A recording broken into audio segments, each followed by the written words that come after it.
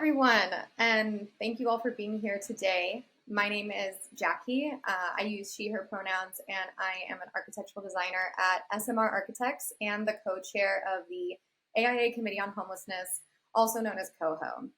We are here today to discuss a project that COHO has worked on in partnership with HouseOurNeighbors Coalition to develop a feasibility study for the Seattle social housing developer, which was created through a voter pass initiative back in February, also known as I-135.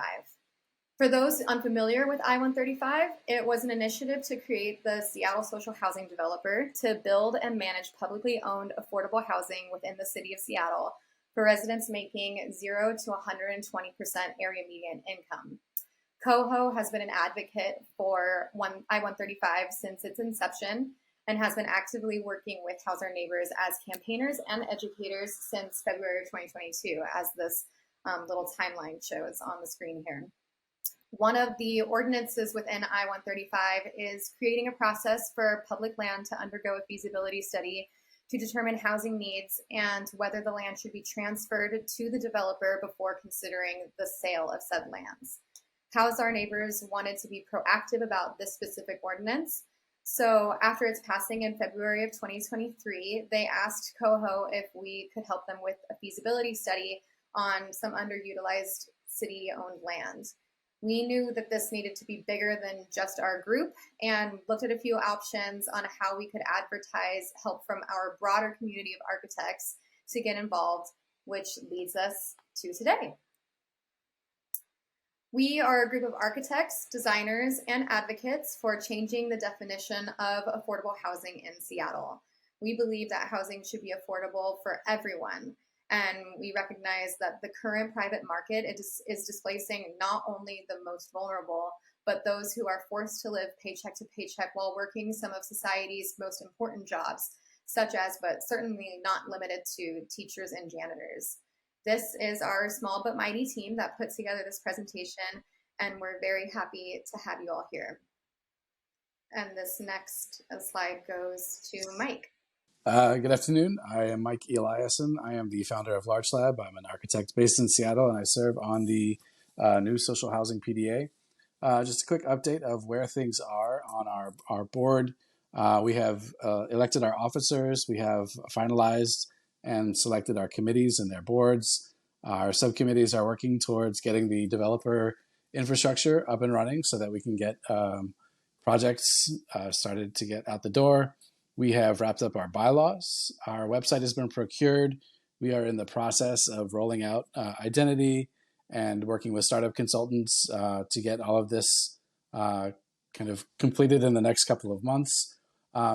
Further timeline, we're about to start getting into our CEO and CFO search, and then we will be looking out for funding options. And we are excited to work again with Tiffani at HouseOurNeighbors and Camille on the potential for that. So I will knock it over to them. Thank you, Mike and Jacqui. My name is Camille. I use she, her pronouns. I am a part of the HouseOurNeighbors steering committee, as well as the policy and campaigns associate at RealChange. So I'm going to just start us off here by grounding us in the financing mechanism of social housing, because it is really important to understand as we look at these feasibility studies that the team of architects put together. So just to kind of give it a really brief explanation of how the financing mechanism works for social housing and how it has worked internationally, and ours was specifically based off of Montgomery County, Maryland's Housing Opportunities Commission, which is the only existing social housing developer in the United States other than the Seattle social housing developer. The first step of the financing process for social housing starts with a small capital grant, which can come from private philanthropy and it can come from government. Tiffani will get into more the government side of things, as Mike was discussing previously. The second step, the second step is to issue bonds. So the Seattle Social Housing Developer is a public development authority, which in the state of Washington, all public development authorities have municipal bonding authority, which means that they can issue bonds based off of capital to get about 10 times the return on the initial grant that they receive from the government. So however much the government gives them, they can multiply that by 10 by utilizing these low interest municipal bonds to create debt. Step 3 in this process is constructing or acquiring buildings, so the developer can acquire as well. For the case of today's presentation, we're talking about a construction, but both can be done with this bonded financing mechanism. Step 4 is where residents move into the housing that has been constructed or acquired, and they begin to pay their rents. So residents are a wide range of incomes in social housing. It goes from 0% of the area median income all the way up to 120% and above.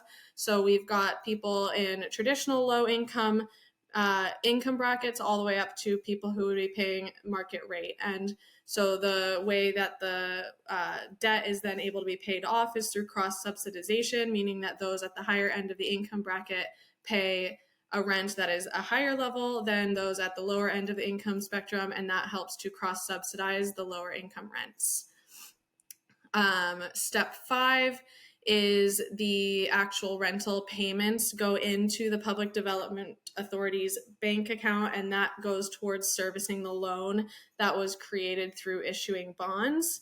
And the loan period is like any other traditional loan period, between 20 and 40 years, depending on the bonds that are issued. And once those are paid off in their entirety, the loan is no longer needed to be serviced, which means that all of the additional funds that come from the residents paying rent go back into the developer, and that extra income can then go into step 6, which is an additional pot of money that can be bonded on to construct and acquire more buildings. And so it goes into this sort of revolving process of funding for the developer. So as far as step 1, the capital grant, I'm going to pass it off to Tiffani to talk about what HouseOurNeighbors is up to right now. Hi everyone, my name is Tiffani McCoy. I'm the Advocacy Director at RealChange and the co-chair for Initiative 135 and HouseOurNeighbors Coalition. As Camille said, we need to fulfill step 1 in order for the developer to start acquiring and building buildings. As some of you may know, but specifically for those who don't, we were unable to include a revenue source in the initiative because public development authorities do not have taxing authority in the state of Washington. So this is why we need to go back to the voters to make sure to get that capital infusion that the developer so desperately needs. So for the past couple months, we have been working with our lawyer and his team to finalize a legal path forward for a progressive revenue source to provide this capital to the social housing developer. I'm not going to get into any of the details here, and in the question and answer period, if someone asks what the revenue source is, I'm just going to say that I'm not going to get into that. Please do sign up for the HouseOurNeighbors newsletter at houseourneighbors.org. Once this is something that we can alert the public of, that is where you will find out that information. But we are hoping to launch this initiative by the end of this year, 2023, so that we can get this money to the developer. I'm going to turn it back to Camille now. So now that we have sort of grounded ourselves in the initiative, what we are currently working on politically to get this to happen, I'm going to shift over to what this design panel is about. Which, as Jacqui mentioned at the beginning, we did an analysis, a geospatial analysis utilizing GIS to identify land that has been deemed as surplus by the city of Seattle. So surplus being unused, publicly owned land. And so we went through and did a GIS analysis of this surplus land to find which lots might be feasible for housing development. And through this process, we identified 7 promising lots. So obviously there's a lot more than 7 in the city of Seattle that are public and surplus, but these are specifically ones that are not in use, that don't have a future plan for their use, and are in currently multifamily zoned parts of the city. So of course, moving forward with the new comprehensive plan, that might grow, the multifamily zoned parts of the city might increase, but this was just based off of 2022 information. All of the 7 lots are within walking distance of transit, community centers, schools, and parks. And so we found 1 lot that the design team is now going to get into. My name is Juliette Dubroca. I'm an architect in Seattle and the principal of Dubroca Studio. I'm also a lecturer at the University of Washington. So as you see on this slide, the lot that we were given to investigate by the social developer is currently empty. It's located across from Ballard High School. It's a 4,000 square foot lot, previously used to be part of the city firefighting infrastructure. Located on an arterial road, Northwest 65th Street, the lot is zoned for low-rise multifamily. So as part of the design, we did an extensive land use code analysis to start with, which I'm not going to get into too many details. I'm just going to show right now some photos that were taken of the site last week. As I mentioned previously, the lot is 4,000 square foot. It's 40 by 100. Accounting for setbacks, the total footprint of the building was actually reduced in order to place a large courtyard in the center of the lot. This design decision leaves the lot with 2 large apartment floor plates of about 25 feet by 30 feet, which creates about roughly a 750 square foot unit. We also left a front commercial unit, and that's 10 feet wide. The lot has a total of 10 units for a total of about 6,300 square feet of residential area. There are 5 1-bedroom units, 3 2-bedroom units, and 2 3-bedroom units. In total, up to 32 residents can live here. This project is a collaboration between AIA Committee on Homelessness and HouseOurNeighbors. It was premised by the ambitious architectural goals that were set by the social housing developers. These include shared amenity spaces for the residents as a community resource, a ground floor commercial space integrated with the residential area, a mix of small and large apartments ensuring social cohesion for residents of different family structures, and a requirement for building passive house standards. So initially when we started the design, we were kind of faced with 2 options. One of it is kind of like the mainstream one that lots of us are familiar with here in the city, which is basically to max out the number of units and make them exclusively 1-bedroom apartment units. And so we did that, which is the scheme on the left. However, the social housing developer wanted to address the lack of apartment units for larger families, and so they gave preference to capacity rather than number of units. Our final scheme consists of 10 1, 2, and 3-bedroom units, though we technically on paper have fewer units because we only have 10 instead of 15. We can still house more residents than in a 15-unit residence. So as I mentioned before, the building consists of 1, 2, and 3-bedroom units, which are 330, 660, and 1,000 square feet each. The 3-bedroom unit is designed on 2 floors, which is with a large bedroom and bathroom on a separate floor, and this configuration can allow for a multi-generational household. The building massing was also designed so that all units have exterior windows and views on 3 or 4 sides. The units are efficiently laid out with a preference for kitchens that face the courtyard. We think of the courtyard as a community hub and the circulation spine. Point entry block is a predominant feature of the design. All residents access their units through one central outdoor stairwell. This design feature is not only cost effective because it gives back a lot of circulation space to the courtyard and minimizes corridors, but it is also a means to invite community for the residents. Visible from the street and all of the residents' living rooms, the central staircase ensures resident safety. Additionally, all units have a card entry niche to allow residents to customize their entryways with benches, shoe racks, plants, etc. Last slide for me, giving you guys a bit of context around the building. As you see, the immediate adjacent area includes a mix of townhouses, apartments, and single-family houses right now. So as Juliette mentioned earlier, a requirement written into I-135 is that all Seattle social housing developer-owned properties will need to comply with Passive House standards. These standards integrate multiple sustainability strategies into designs, including airtightness, excellent thermal insulation, reduced thermal bridging design, and enhanced ventilation strategies.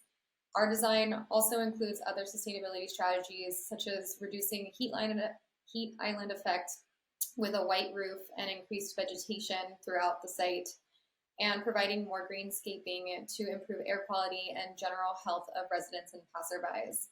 These strategies not only improve the well-being of those living at the property, but also have a larger impact on the community around it by reducing its carbon footprint and acting as a carbon sink.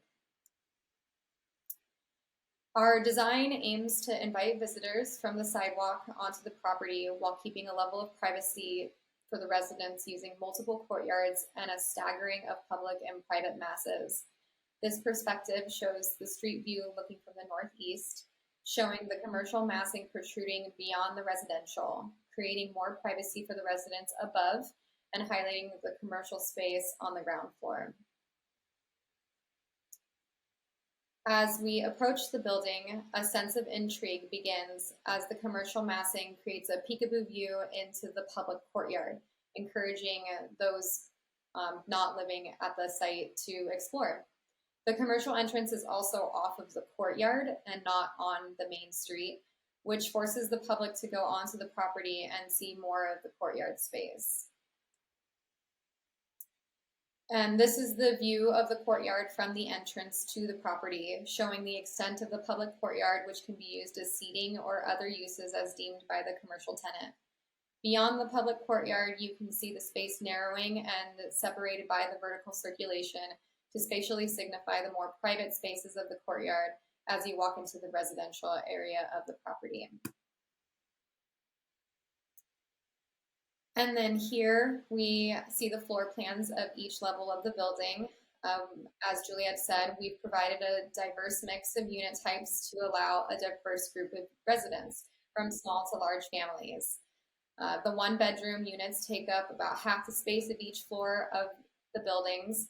The two-bedroom units take up an entire floor, and the three-bedroom units take up 1.5 floors as a two-story design. There is a two-bedroom unit on the ground floor that is designed as accessible. And a big benefit about this design is that each unit has at least 3 exterior walls, increasing opportunities for cross-ventilation, daylighting, and eyes on the courtyards.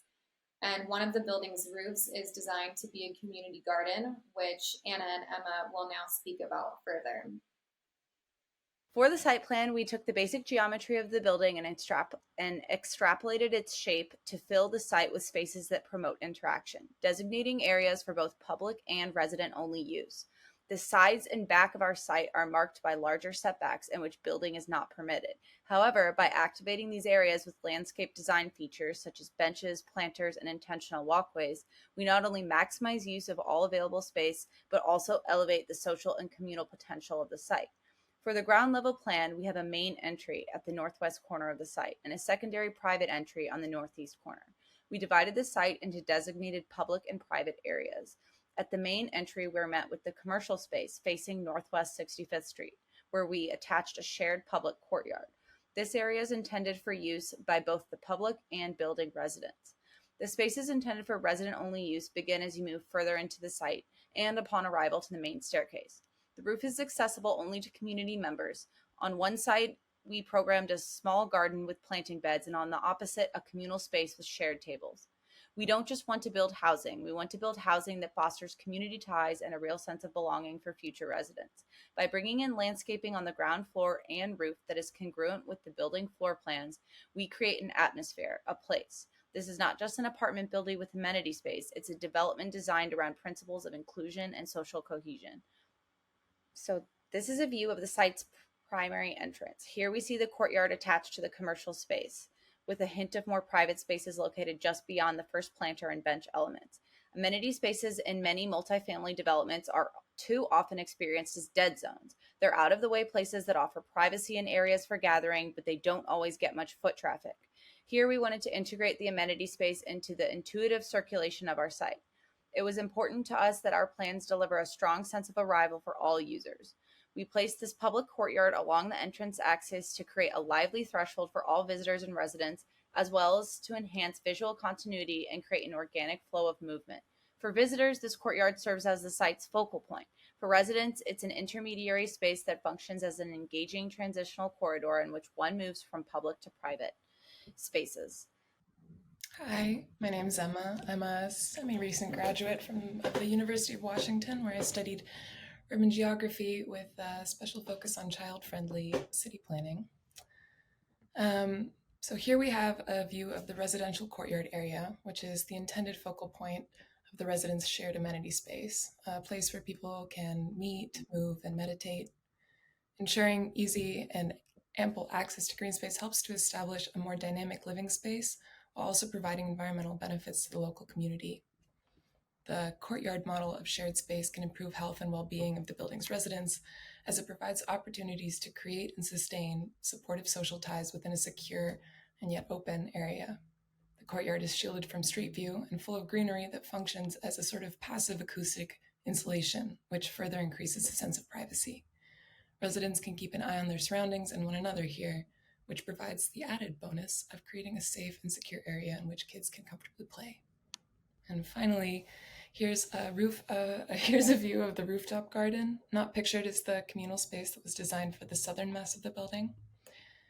We want to promote a sense of responsibility for the environment and encourage eco-friendly practices, and a community rooftop garden helps to accomplish just that, while also initiating social interaction and encouraging a sense of mutuality and shared responsibility for and between residents. The rooftop garden also helps to insulate the building against heat and cold, manage stormwater, and modify the microclimate. This is especially important in dense urban areas where structures are highly concentrated and greenery tends to be limited. Yes, we're in lush Seattle, but our urban areas are still subject to the heat island effect, which negatively affects wildlife and human health outcomes.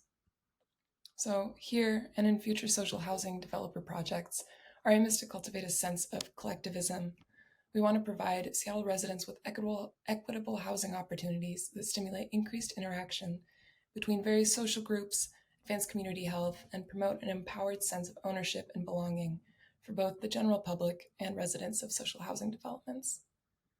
We have the tools, we have the talent, and we know that the Social Housing Initiative has the support of King County's constituency, but we now need your help to make this equitable and progressive model of housing development a reality in our beautiful city. So while we as a group have had a lot of fun putting together this feasibility study, we recognize that community is what makes these projects successful, and we cannot do the rest of these alone. So House Our Neighbors would like to extend the opportunity to all of you on this call now to work with them on other underutilized city-owned properties to do similar feasibility studies on your own. The ultimate goal is to create feasibility studies for every property on this list before a sale is even considered by the city, to prove that housing is possible and needed within our community. We really appreciate your time and want to open the floor to questions and a general discussion about anything within this presentation. I recognize that there are some people who are on video and audio and some who only have access to the chat. So I want to make sure that the people on the chat know that we are monitoring, and Camille is going to be looking at the chat to make sure that we're not missing any questions. Okay, well, Frank has asked a question in the chat, and he's asked, do we know about Home and Hope with over 30 major sites, some of which can be available to social housing? I have never heard of that. Camille or Tiffani or Mike, since you are within HouseOurNeighbors and the Social Housing Developer Board, have you heard of Homes and Hope? I have definitely heard Representative talk about this, but yeah, if you, I know that you're only in the chat, Frank, but if you are able to give some clarity, I would be very interested in knowing what the sites are that are potentially available that we could add to the list of this call to architects possibly. Yeah, and even maybe a link so we can see too if this is something that's available to the AMIs that are served by social housing, because we're running into the barrier with some other options because affordable housing is defined lower than what the social housing developer would.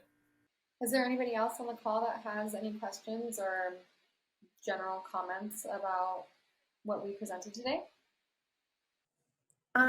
Yes, I have a question. I was wondering, I think you have slides that speak to this, but I might have, just in compiling the information in my head, I might not know the answer off the top of my head, so one of you might be able to answer this a little bit better, but I'm just kind of wondering about the scale of this project, as it's kind of a smaller scale than many, apartment buildings and kind of mixed income housing projects.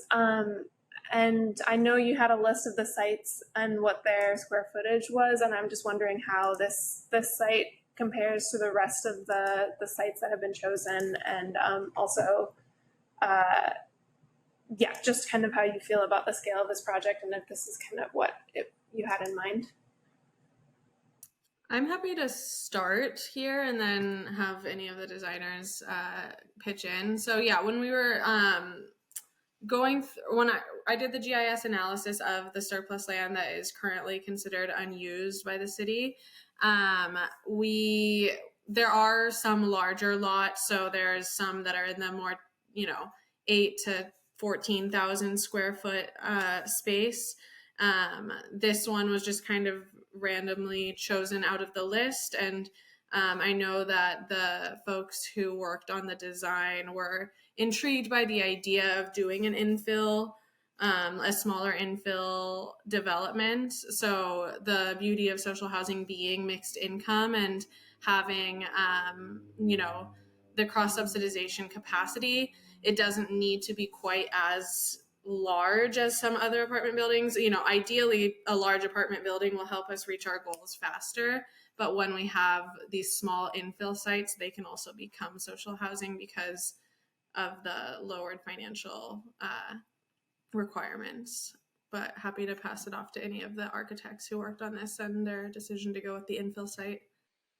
Yeah, I would say the same as you, Camille. It was just, Camille gave us the list, and I think we liked the proximity to the Ballard High School. We liked that it was an infill site, and that it created a little bit more of a challenge of how do we fit the required amount of units for it to be a financially successful model for the social housing developer to use.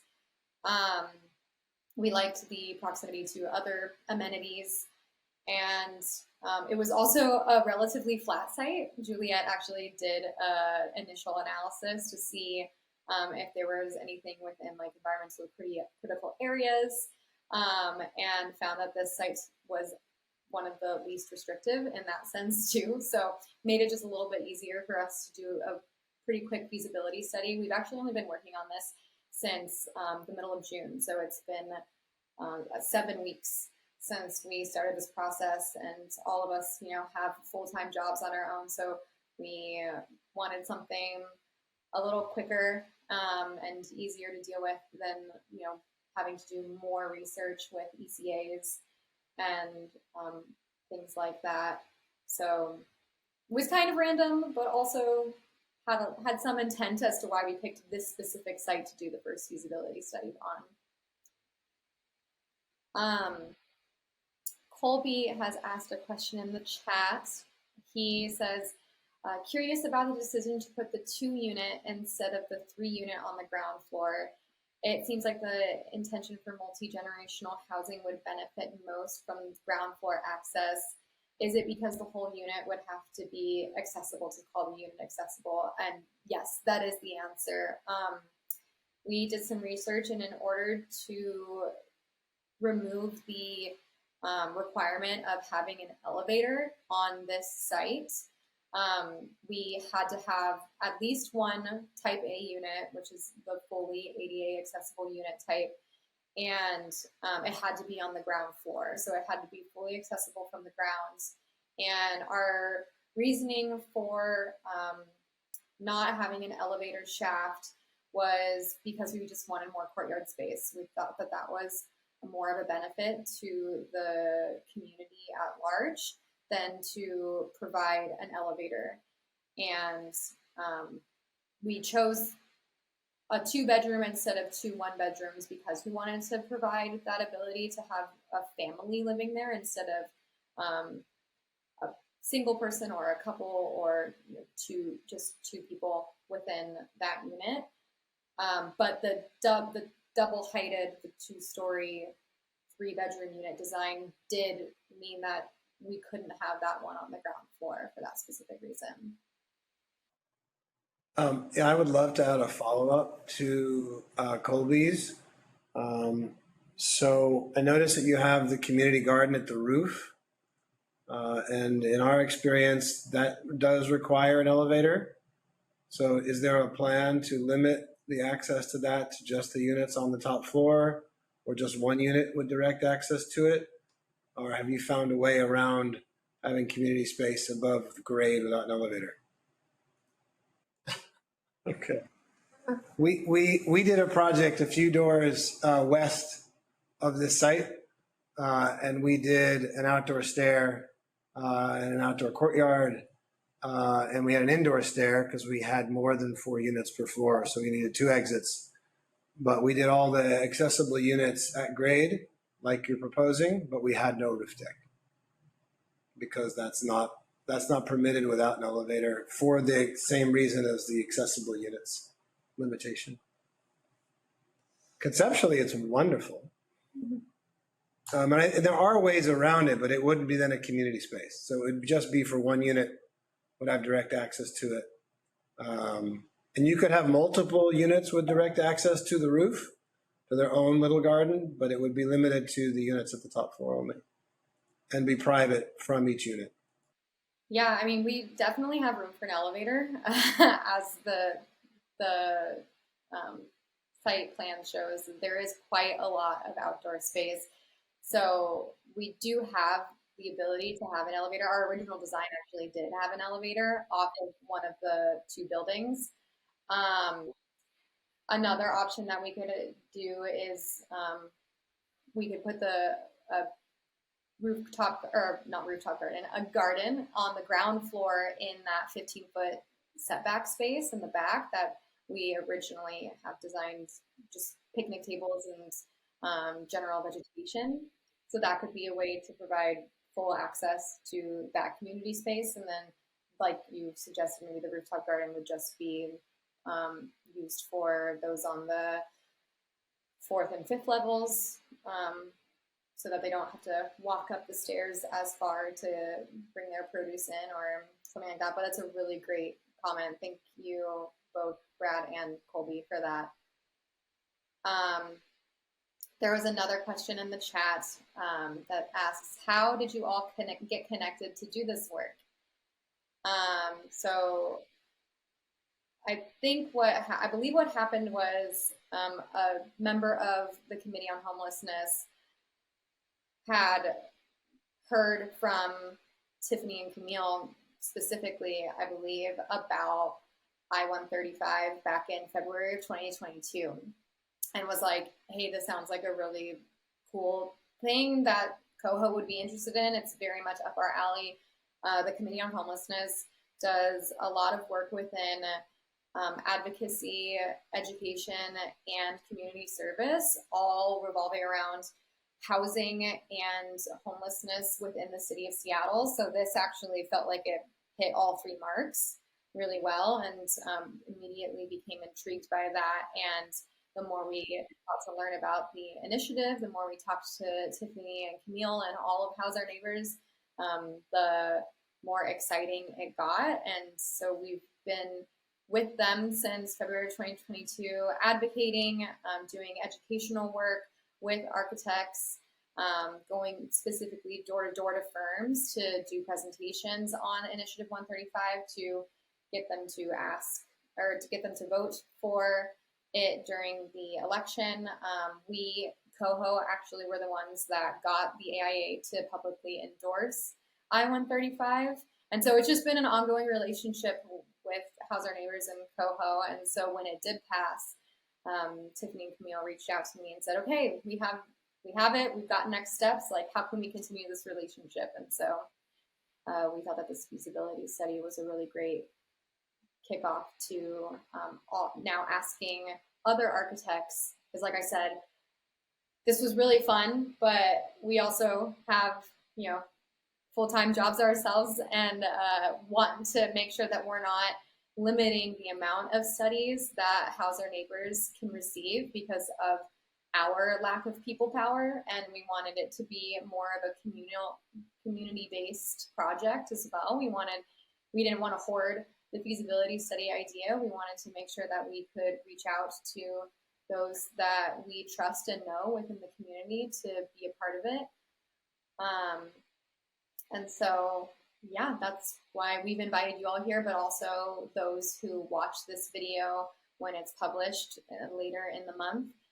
We hope that it inspires them to reach out to House Our Neighbors as well. And Jacqui, I'll just add on that too, like the Committee on Ending Homelessness for AIA has like a multi-year relationship as well with RealChange.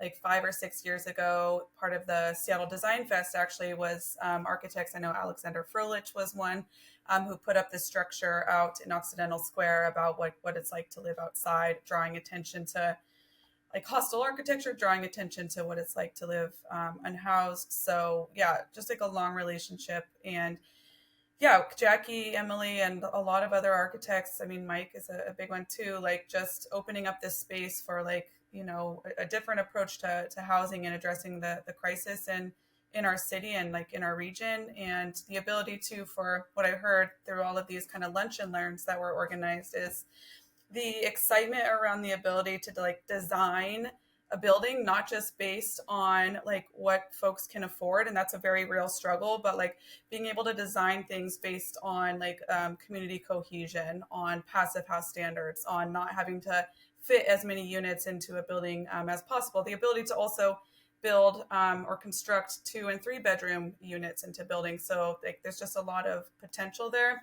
And I'll say too, like a huge shout out to everyone on this panel who went into designing this, because this was all volunteer. Like we are hoping in the future, like to get a fund together to compensate architects, but this is really not just about like showcasing what you all are like able to do and like the ingenuity of it, but it's also creating, like public education around social housing. And it's also creating this vision. So taking these plots of land that are not being utilized right now by the city, showing what is possible on there and getting community buy-in. Like this is all part of the larger project of showing what the city could be, that it can be a place for people, not just for coming back and forth or commuting from work. So just, yeah, so much appreciation to you all for creating this gorgeous design and hoping to do more in the future.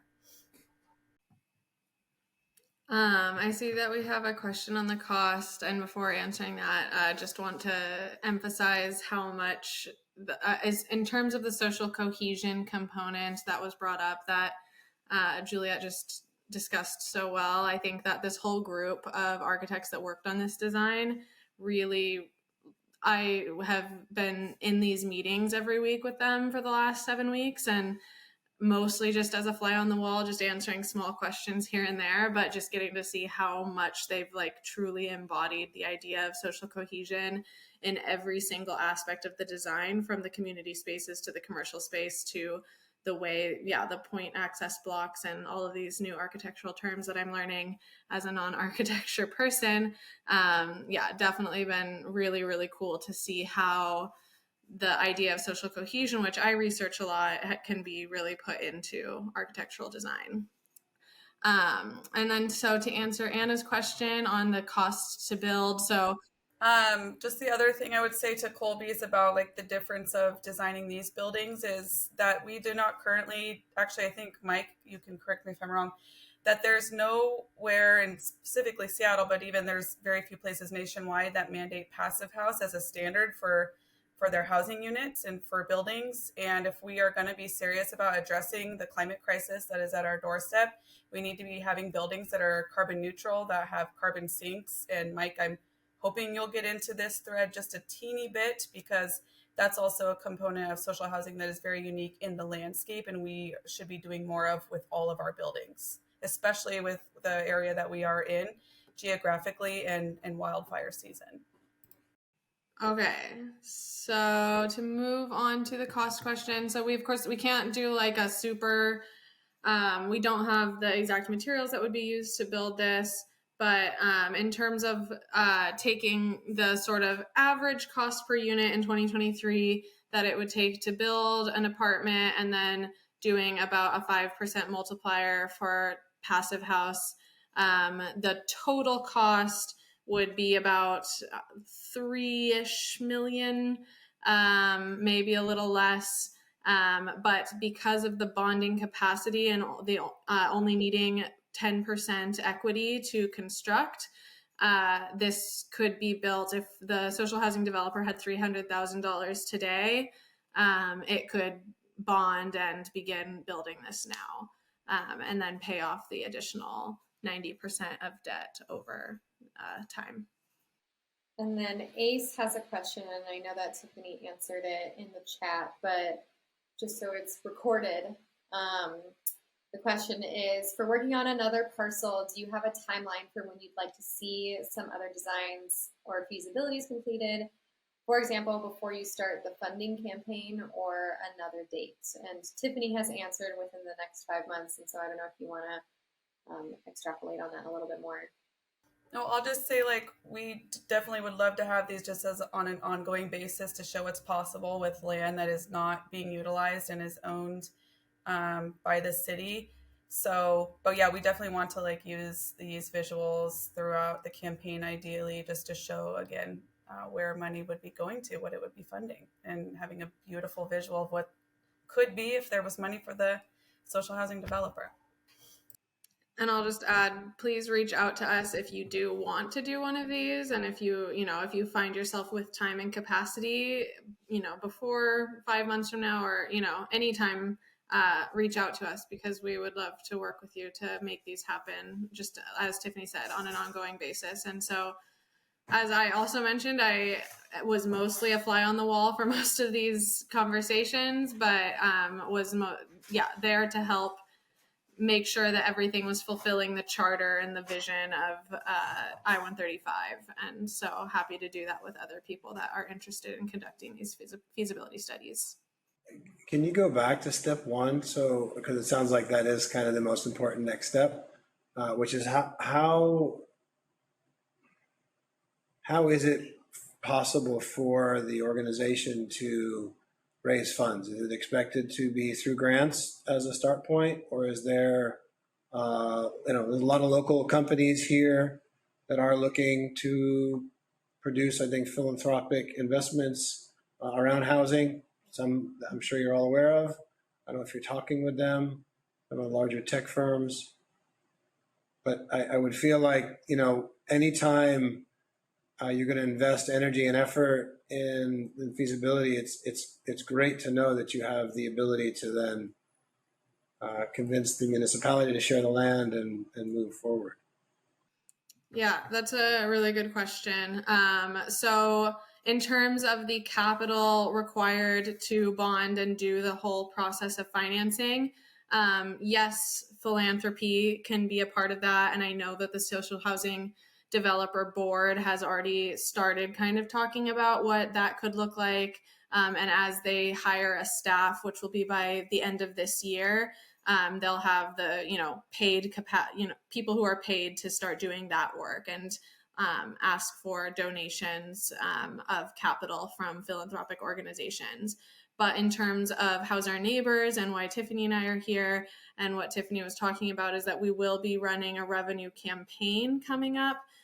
We are in the final process of working with a lawyer to pave a legal path forward with a progressive revenue source that would go to the developer to generate that capital that can be bonded on. And so then to kind of go into what Colby's question, what is happening in 5 months, within the next 5 months, we hope to have launched this revenue campaign. And so having these feasibility studies as a way to show what we can do with the revenue that is hopefully passed through initiative, that is what we would be utilizing this for. And Initiative 135 also has a clause in it that states that, and Jacqui mentioned this at the very beginning of the presentation, that any public land, if the city of Seattle is considering selling or gifting public land to any non-public use, they have to conduct a feasibility study first. And there is no process yet for how they can do that. And so we're trying to get on top of that through these feasibility studies so that we can show the city of Seattle, like, look, we've done this. This land should go to the Seattle social housing developer, and the revenue should, once we pass this revenue, we can use it to build these stunning developments that you all are designing. Can I ask another question? Great. So part of feasibility studies, we would typically be involved in, we'd be looking at other things than the beautiful images you all showed. Is there representation in the group, or is there been process already looking at utilities and right-of-way requirements and some things that can often make these smaller infill projects not feasible after you've gotten down a certain point? Oh, do you mean like the availability of existing utilities and things like that, or? Sure. Yes, to a certain degree. I mean, each site in Seattle technically is served by, perhaps sewer, water, storm, right? And so depending on the size of the site, there are requirements for provisions around those things. And so I'm asking, is there analysis being done looking at how the sites are currently served and what requirements, if any, there might need to be to achieve the proposal? I can give some examples if that's helpful. Okay. So water is generally pretty obvious. You look at the utility map, Seattle Public Utilities, the DSO map, and you can generally see water if it's there or not. Sometimes they don't show it, even if it is there.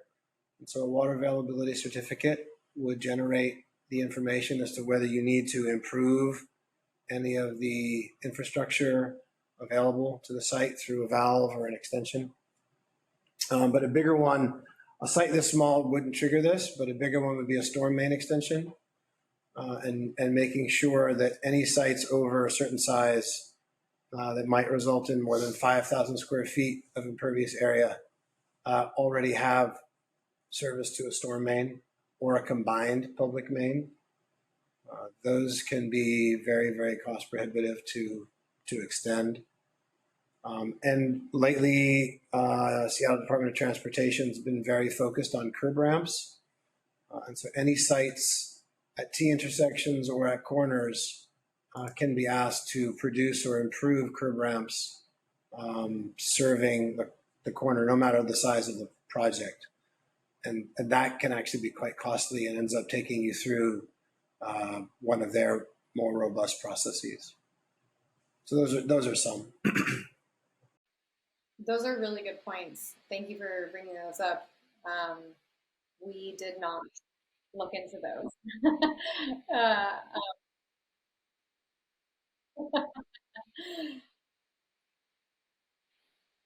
Yeah.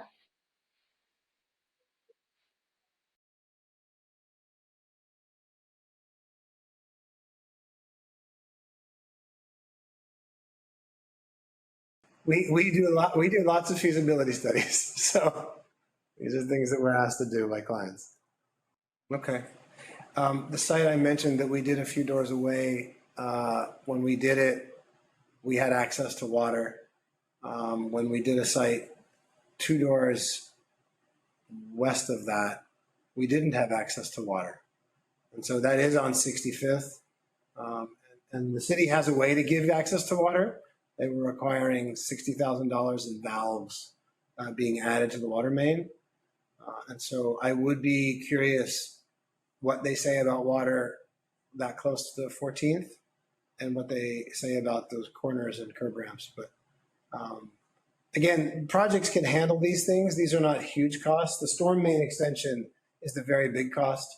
Though the cost of the things I'm talking about, if you have enough of them, they can actually be problematic. I think for social housing, perhaps there's, the developer can take on more of those costs by just simply raising more funds, which is different than a market rate developer who at the end of the project has to tell a bank that they're reaching a certain return on their investment. So I don't know how much it impacts the ability for the social housing developer to do the work. I had another question, actually. Now's a good time to interject. I think this question is for Camille, because you did the GIS analysis. I don't know if you can give just kind of a general maybe percentage of the list you gave, which I think was about 10 sites. What kind of general percentage do you think that is of like sites that are potentially available for this in the city? Is that representative of a much larger amount or something like that? Yeah, so the list is mostly what the list is filtered for is so I filtered it for buildings that are lots that as of 2022 are zoned for multifamily housing. I mean, we know that now with the state, that's changing a bit, but this was just, I did this earlier this year. So yeah, buildings that were zoned for multifamily housing, and lots that seemed large enough to be able to construct, at least 10 units. And